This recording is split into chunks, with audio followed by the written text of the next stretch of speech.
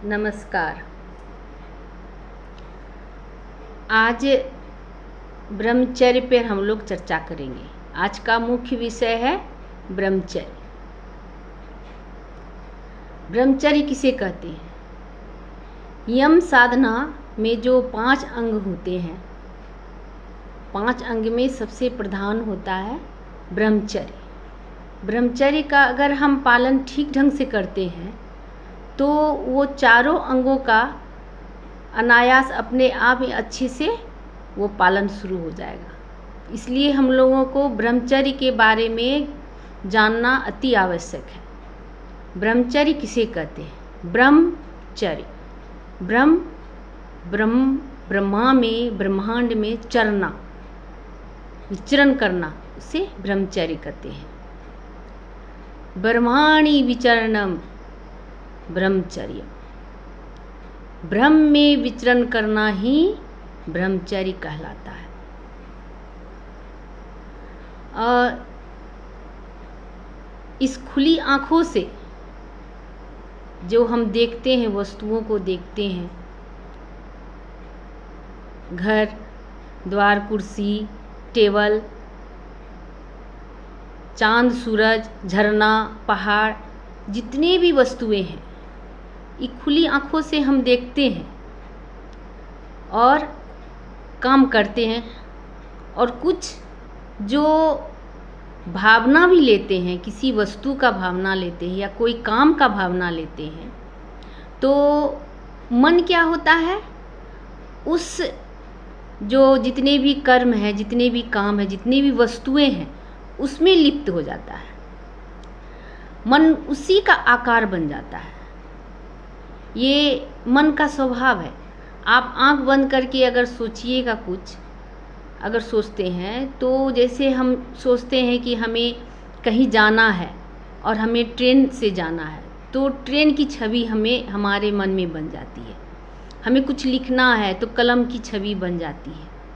तो मन जो भी सोचता है या जो भी कार्य करता है, सारा जो है मन वो क्या होता है, लिप्त हो जाता है और इस जो हमारी उपयोग की वस्तुएं हैं उसमें लिप्त हो जाता है।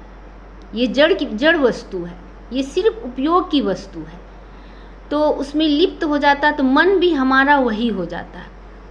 कोई वृक्ष का ही ध्यान करता है, वृक्ष का पूजा करता है, तो मन भी वृक्ष ही बन जाता है, जड़ में चला जाता है। किसी पहाड़ पे जाके पत्थर का पूजा करना या किसी में पत्थर का पूजा करना या मिट्टी का पूजा करना, तो मन मिट्टी बन जाता है। पत्थर का पूजा करने से मन पत्थर बन जाता है। तो इस तरह से ये मन क्या हो जाता है, लिप्त हो जाता है। जिस वस्तुओं में जो हम देखते हैं, छन छन जो देखते हैं वस्तुएं, तो इस वस्तुओं का जो है, किस तरह से हम किस तरह से हम विचार करें कि ये हमारा जो है मन जड़ में नहीं जाए, ये जड़ से ऊपर उठे। तो ये ब्रह्मचर्य पालन करने के लिए ये सोचना पड़ेगा, हर क्षण हर पल ये सोचना पड़ेगा कि हम जो भी वस्तु देख रहे हैं, जो भी चीज़ हम ध्यान में ला रहे हैं, सोच रहे हैं, ये सारी वस्तुएं, सारी चीज़ें, ये ब्रह्म का विकास रूप है। ये ब्रह्म ने बनाया है, ये ब्रह्म का कार्य है। इसे हमको ब्रह्म का ही नाम लेकर के इस कार्य को करना पड़ेगा। इस तरह से ब्रह्म साधना करने से, ब्रह्म साधना करते करते मनुष्य का क्या होगा, प्रिय साधना से श्रेय साधना की ओर चले जाएंगे। और उनको जो है, जो भी काम वो करेंगे, जो भी काम उनके सामने आएगा, सारा काम उसे प्रेम भाव से करेंगे। लगेगा उनको क्या मन में होगा, ये तो ब्रह्म का काम है, ये तो परमात्मा का काम है, ये भगवान का काम है। और इस भगवान का काम करने में कोई किसी तरह की परेशानी नहीं होगी और वे प्यार से, प्रेम से सारे काम करेंगे। अब ब्रह्म का नाम कैसे लेंगे? तो ये जो आनंद मार्ग में जो दीक्षा दिया जाता है, फर्स्ट लेसन, सेकंड लेसन, जो आनंद मार्गी है, वो समझ में उनको आता होगा। 6 लेसन होता है, जिसमें फर्स्ट लेसन होता है क्या कहते हैं, इष्ट मंत्र का जाप, और सेकंड लेसन होता है मधु विद्या, इसी को कहते हैं मधु विद्या सेकेंड लेसन, जो हर कार्य के पहले सेकेंड लेसन लेना पड़ता है, हर कार्य के पहले। तो सारा भाव जो है, जितना भी कार्य होता है, जितने भी चीज़ें हैं, सबको देखने से मन में भाव क्या, ब्रह्म भाव आ जाता है और ब्रह्म में ही लीन हो जाता है। जो खंड खंड वस्तु जो देखते हैं जितने भी, वो तो खंड है, अब परमात्मा है अखंड। परमात्मा तो बहुत बड़े हैं, एकदम अखंड। सब सारा चीज़, जितने भी वस्तुएं हैं, जितने भी चांद तारा, सारा जितने भी ब्रह्मांड है, वो परमात्मा के अंदर घटित होता है। जिस तरह से श्री कृष्ण की हम लोग देखते हैं, श्री कृष्ण की लीलाएं जो टीवी में, सीरियल में या सिनेमा में जो देखते हैं, उसमें क्या है कि जब वो मिट्टी खा लेते हैं तो उनकी माँ क्या कहती है कि तुम मुंह अपना दिखाओ, खोलो मुंह अपना। जब वो मुंह खोलते हैं तो उसके अंदर क्या दिखता है, सारा चांद तारा, जितने भी ब्रह्मांड है, उन्हीं के मुंह के अंदर घूम रहा है। उसी तरह से हम लोग परमात्मा के अंदर ही हैं, तो सब कुछ परमात्मा का है और सब कुछ परमात्मा ही है, और सब परमात्मा के अंदर ही सारा कार्य होता है। इसलिए हमेशा सारा कार्य, जितने भी कार्य करेंगे, सब कार्य के पहले ब्रह्म भाव को लेना बहुत ज़रूरी है। ब्रह्म भाव लेने से वो सारा कार्य जो है ब्रह्म का हो जाएगा, ब्रह्म में हो जाएगा, ब्रह्ममय हो जाएगा। और मनुष्य जो है, तब जो मनुष्य के मन जो है, उसमें किसी भी वस्तु में लिप्त नहीं होगा, वो जड़ में नहीं जाएगा, जड़ बुद्धि नहीं होगा, और वो ऊपर, उसका मन ऊपर उठता चला जाएगा। ये तो हुआ ब्रह्मचर्य का सही अर्थ। और लोगों की धारणा है, लोग जो प्रचलन में आता है, बहुत सारे लोग, बहुत मतलब 99% लोग तो इस ब्रह्मचर्य को तो गलत तरीके से ही लेते हैं। कहते हैं कि शुक्र धारण करना ब्रह्मचर्य कहलाता है। शुक्र धारण करने से वो ब्रह्मचर्य कहलाता है। ये लोगों की धारणा है। लेकिन शुक्र जो होता है, ये ब्रह्मचर्य, ब्रह्म और चर्य दो शब्द है। ब्रह्म का, कहीं भी ब्रह्म का अर्थ शुक्र से नहीं होता है, ना ही चर्य का अर्थ कहीं शुक्र से है। किसी भी दृष्टिकोण से इसका अर्थ शुक्र से नहीं होता है। तो फिर ये ब्रह्मचर्य का अर्थ शुक्र धारण से कैसे लोग कर लेते हैं। दूसरी बात, जो स्वस्थ है, जो मनुष्य स्वस्थ है, तो स्वाभाविक है कि शुक्र धारण होगा ही। जब कोई मनुष्य, अगर किसी की ग्रंथियां अगर रोग से पीड़ित है, या कोई किसी के कोई रोग से पीड़ित है, या किसी की मानसिक संतुलन सही नहीं है, या कोई दवा के कारण या विकलांग हो गया है, तो हो सकता है कि शुक्र धारण न हो सके। लेकिन स्वस्थ व्यक्ति तो शुक्र धारण होता ही है। इसलिए ये धारणा गलत है कि ब्रह्मचर्य का अर्थ शुक्र धारण करना होता है। हाँ, संयम जरूरी है।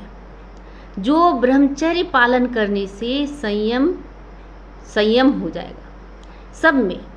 क्रोध, जो सब जितनी भी वृत्तियां हैं, सब में संयम आ जाती है। इसलिए ब्रह्मचर्य पालन करने से, पल पल ब्रह्मचर्य का पालन करने से संयम आ जाता है। कोई किसी उपाय से, उपवास करके या कोई उपाय से वो शुक्र की अधिकता को रोकना, अधिकता होना जो उसको रोकना, या शुक्र क्षय न होना, जो कहता है कि ब्रह्मचर्य है, जो ब्रह्मचर्य नहीं है, सही मायने में ब्रह्मचर्य नहीं है, लोग कहते हैं कि ब्रह्मचर्य है, तो यही सत्यता इनकी खत्म हो जाती है। कैसे कि जब कामवृत्ति उठती है तो सुषुप्तावस्था या जागृत अवस्था या स्वप्न में जब शुक्र क्षय होता है तो इस तरह का ब्रह्मचर्य तो कोई माने ही नहीं रहता है, इसका कोई मतलब ही नहीं है। तब शुक्र की अधिकता होना न होना या शुक्र क्षय न होना, ये दोनों ही बातें अलग हैं, दोनों तो एक भी नहीं है। शुक्र की अधिकता अविवाहितों के लिए अच्छी है और शुक्र क्षय न करना विवाहितों के लिए अच्छी हो सकती है, ये अच्छी मानी जाती है, जा सकती है, लेकिन ये ब्रह्मचर्य से कहीं मेल नहीं खाता है। और जो शुक्र क्षय करते हैं जबरदस्ती, तो शुक्र को मतलब क्षय से रोकना या शुक्र की अधिकता को वो जबरदस्ती किसी कारण से, जैसे दवाई हो गया या किसी भी कारण से उसको रोकने का कोशिश करते हैं, तो उससे क्या होता है, उससे दूसरी वृत्तियां सामने आ जाती है, जैसे गुस्सा करना, उग्र होना, दूसरी वृत्तियां जग जाती है। इसलिए ज़बरदस्ती इसको रोकने की भी कोशिश नहीं करनी चाहिए। पुराने ज़माने में जो है ब्रह्मचर्य का जो है सही अर्थ लिया जाता था, सही अर्थ माना जाता था। जब विप्रों की आगमन हुई, उनका शासन चलने लगा विप्रों का, तो विप्र जो है, विप्रों की जो शासन यहाँ व्यवस्था जब ज़्यादा होने लगी तो वो लोगों में भय उत्पन्न किया।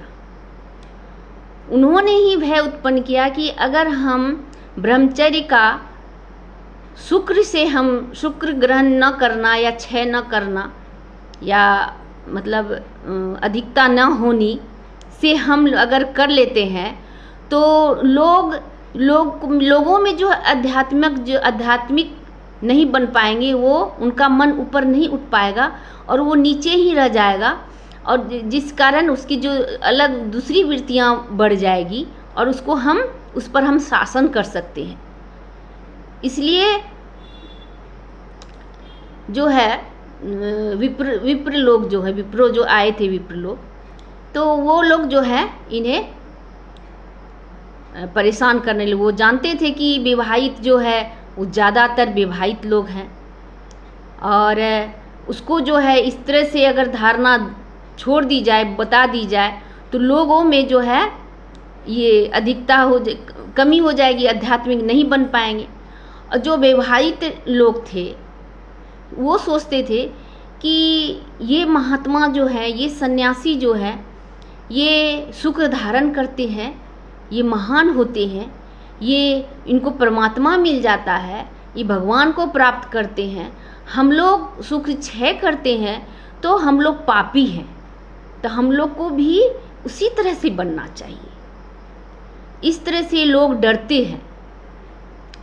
और जहाँ तक है सन्यासी की बात, सन्यासी या महापुरुष जो इस तरह से बोल के गए हैं, जो करते हैं इस तरह से सन्यासी, तो उस सन्यासी को ऐसे तो तर्क से नहीं बोला जा सकता कि वो शुक्र क्षय करते हैं कि नहीं, लेकिन डॉक्टरी जांच से तो ज़रूर पता चल जाएगा कि ये तो स्वाभाविक चीज़ है, ये तो होता ही होगा। जिस तरह से खाना पीना सोना आदि जो है मनुष्य के लिए ज़रूरी है, उसी तरह से वैवाहिक जीवन जीना भी उसी प्रकार ज़रूरी है। वैवाहिक जीवन भी जीना ज़रूरी है। खाना पीना सोना जो है जिस तरह से आवश्यक होता है, हाँ, उस तरह से वैवाहिक जीवन में उतना ज़रूरी नहीं है, लेकिन फिर भी वो एक प्राकृतिक जीव ये है, तो स्वाभाविक चीज़ है। किसी भी चीज़ की अधिकता होना, जैसे कि खाना खाते हैं, खाना अगर ज़्यादा खाएंगे तो मंदाकिनी आ जाएगी, अगर सोएंगे ज़्यादा सोएंगे तो सुस्ती आ जाएगी, कमजोरी आ जाएगी, ज़्यादा नहाने से सर्दी लग जाएगा, ठंडा लग जाएगा। और उसी तरह से ज़्यादा शुक्र क्षय करने से तरह तरह की बीमारियां हो जाती है। जो मूलाधार चक्र के जो आसपास वृत्तियां होती है वो खराब हो जाती है। इसलिए सब में संयम होना जरूरी है। खाना पीना सोना जितनी आवश्यक है मनुष्य के लिए, उतनी आवश्यक विवाह उतनी आवश्यक नहीं है। विवाह आनंद मार्ग में कहा गया है कि जिनकी दिमागी हालत सही नहीं है, जो शरीर से कमज़ोर है, जो रोगी है, जो विकलांग है, जिनकी आर्थिक स्थिति सही नहीं है, जो शादी करेंगे तो शादी के बाद वो पारिवारिक जीवन उसका नष्ट हो जाएगा, कलह हो जाएगा, तो इनको शादी नहीं करनी चाहिए। और जो रक्षा जीवन के लिए आए हैं, जीवन रक्षा करने के लिए मनुष्य का या समाज का, उन्हें भी शादी नहीं करनी चाहिए। और जो महापुरुष जो महान काम के लिए आए हैं, उन्हें भी शादी नहीं करनी चाहिए। अब जो साधारण लोग हैं जो शादी नहीं कर पाए किसी कारण, तो उनकी जो है स्थिति क्या होगी? शुक्र क्षय करने या धारण करने की स्थिति में उसे क्या होगी? वो उग्र हो जाएगा, वो क्रोधित हो जाएगा, वो दूसरा रास्ता भी पकड़ सकता है। तो इस तरह के लोगों को क्या करना चाहिए? जो किसी तरह से किसी कारण से शादी नहीं कर पाए, तो एक महान उद्देश्य लेकर के जीना चाहिए उनको, एक महान कार्य करना चाहिए, उसे समाज के लिए जीना चाहिए, कुछ बड़ा उद्देश्य लेकर के। जैसे प्रधानमंत्री मोदी जी एक बड़ा उद्देश्य से अपने देश को चलाते हैं। वो भी विवाहित होते हुए विवाहित तो है नहीं, वो तो ऐसे ही है, और इस एक बड़ा कार्य कर रहे हैं। कब से 20-25 साल 30 साल से वो एक मुख्यमंत्री भी रहे, फिर अभी प्रधानमंत्री हैं। तो उस तरह से बड़ा कार्य लेकर के सोच करके करना चाहिए। संयम रहने से वृत्तियों की जो है वो हत्या नहीं होती है। संयम रहना चाहिए, और जो अपने शरीर में जो वृत्तियां हैं उनकी हत्या नहीं करनी चाहिए। उनकी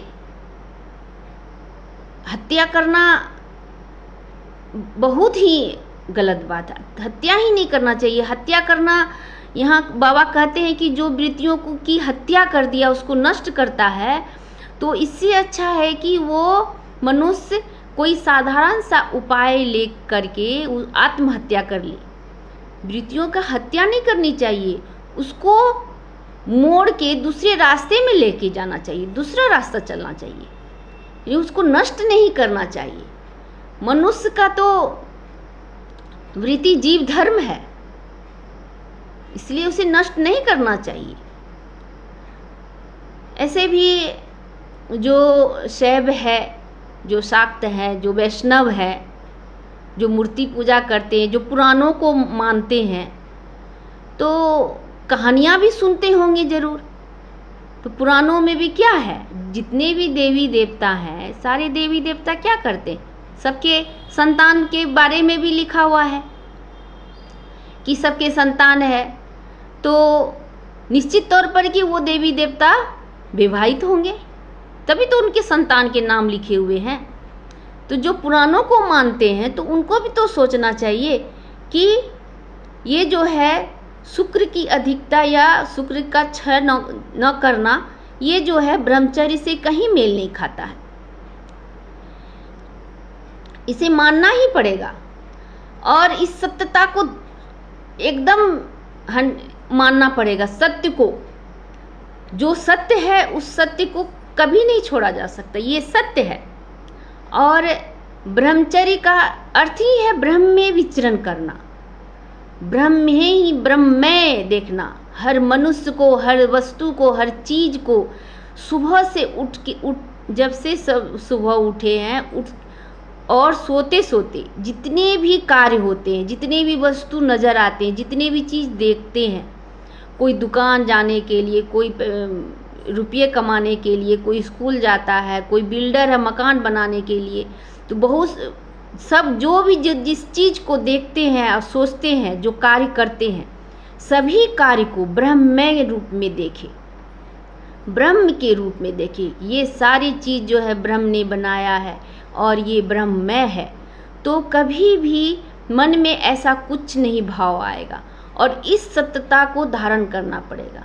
जहाँ सत्य है वहीं धर्म है, जहाँ सत्य नहीं है वहाँ धर्म नहीं है। इसलिए सत्य को अपनाना होगा। धर्मो न सह यत्र सत्यम अस्ति। सत्य जहाँ नहीं है वहाँ धर्म नहीं है। इसलिए सत्य को अपनाना होगा, सत्य ही अपनाना होगा। और जो भी कर्म करते हैं, जो भी कर्म करते हैं, सारा कर्म को प्रभु पर समर्पित करना होगा। जो भी कर्म का फल, जो भी कर्म करते हैं, जो भी देखते हैं, जो भी चीज़ या कोई कार्य करते हैं, तो ये मन में सोचना होगा कि ये सारा कार्य हम भगवान का कर रहे हैं, ये परमपिता परमेश्वर का कर रहे हैं, ये तारक ब्रह्म का कर रहे हैं। तो ये ब्रह्म का काम है ये जो है, और यही कार्य करके उन्हीं को समर्पित कर देना होगा। तभी जो है सबका मन ऊपर होगा और ब्रह्ममय जीवन होगा, और मनुष्य का मन ऊपर होगा। तभी वह अध्यात्म से जुड़ सकते हैं और आगे की ओर बढ़ सकते हैं।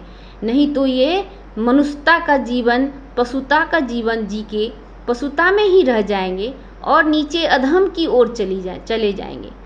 इसलिए ब्रह्म में ही रहना है, हमेशा ब्रह्ममय में रहना है, ब्रह्म में ही रहना है। परम पिता परमेश्वर बाबा की जय।